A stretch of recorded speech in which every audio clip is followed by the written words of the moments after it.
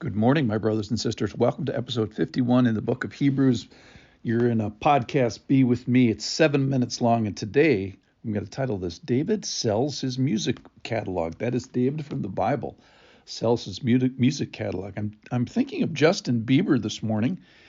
He has written about 100 songs or so, and he sold them for $200 million. Bruce Springsteen sold his 175 songs for $500 million. And the crazy thing is that we have David's music catalog. Now, it's hard to write songs. How about 75 songs all about God? About 15 of David's psalms are about his life in the pickle that he put himself in half the time. About 50 of them are written in worship and towards God. So my question today is, what would David's musical catalog sell for? Would it be more than Bruce Springsteen? And I was just thinking, well, how about if you obeyed everything that's in the Justin Bieber catalog? I think God would be horrified with the result of following, Justin Bieber's advice or the boss's advice. Well, David's music catalog is special, and I wanted to use it as the place that I think where the two things that David is lauded for, which is his faith and his heart. I think it's the place where we can find both of those things come together. So, as you may recall, in Acts chapter 13, verse 22, it says, "I have found in David." This is God talking.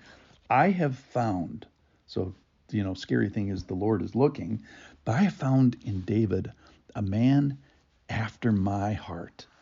So David's target, if he's shooting an arrow, what David keeps trying to hit is God's heart. Now, we all know that he doesn't hit it right all the time, but he is lauded for the target of what he is shooting, what he's devoting his life for. That is God's heart pleasure. And this convicting thing would be is, hey, what if you said this morning, hey, I have found in Michael, or I've found in podcast listener, how would God be summarizing what he finds in our heart? So the thing about David is he makes this heart list, and I think he's kind of like the only one on this list. And if he's not, he's the top person in the Bible as the heart list. But then today in Hebrews 11:32, our official verse, he says, "For time would fail to tell me of ... David." So he makes the faith list in the Hall of Fame of Faith in Hebrews chapter 11.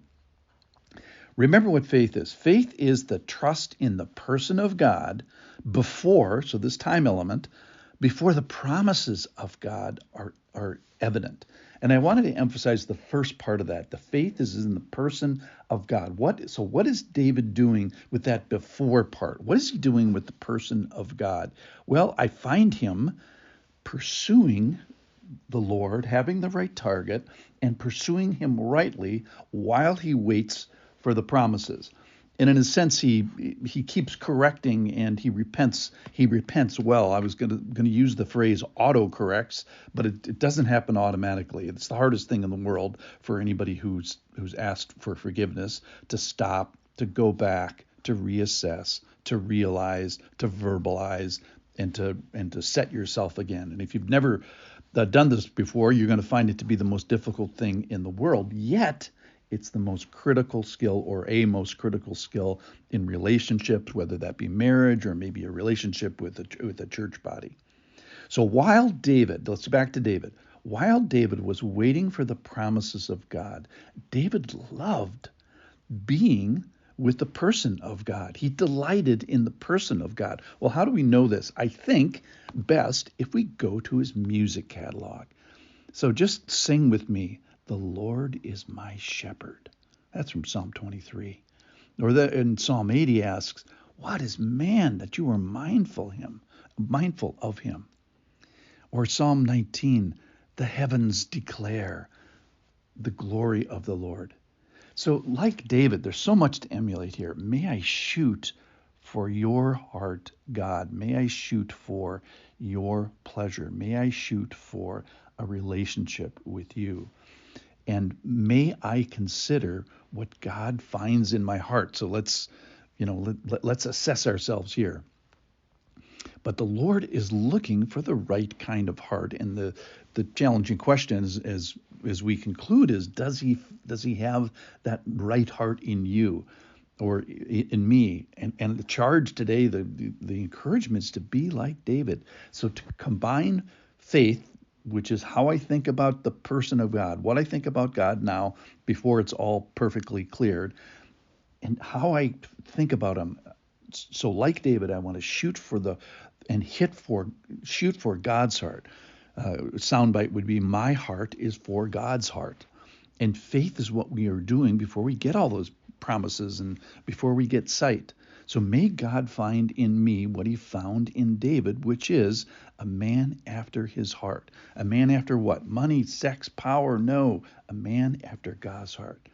So if what is in your heart isn't so good? Maybe that happens to you this morning as you're looking at your heart. Well, welcome to Christianity number 1. You can use David's imperfection and his resetting in Psalm 51. Have mercy on me, O God, according to your steadfast love.